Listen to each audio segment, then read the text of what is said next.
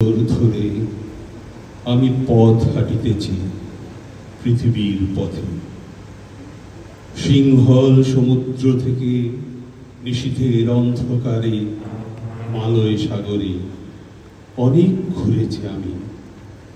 বিম্বিসার অশোকের ধূসর জগতে সেখানে ছিলাম আমি। আরো দূর অন্ধকারে বিদর্ভ নগরে আমি ক্লান্ত প্রাণ এক। চারিদিকে জীবনের সমুদ্র সফে আমারই দুদণ্ড শান্তি দিয়েছিল নাটোরের বনলতা সেন।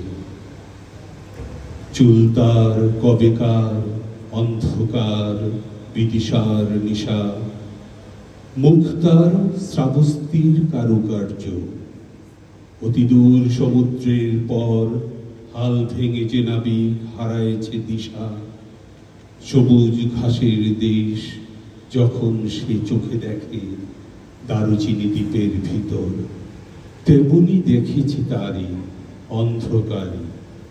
বলেছে সে এতদিন কোথায় ছিল, পাখির নীরের মতো চোখ তুলে নাটোরের বনলতা সেন। সমস্ত দিনের শেষে শিশিরের শব্দের মতন সন্ধ্যা আসে, ডানায় রৌদ্রের গন্ধ মুছে ফেলেছি।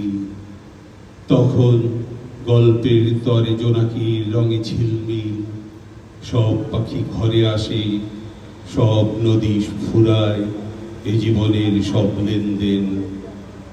থাকে শুধু অন্ধকার, মুখোমুখি বসিবার বনলতা সেন।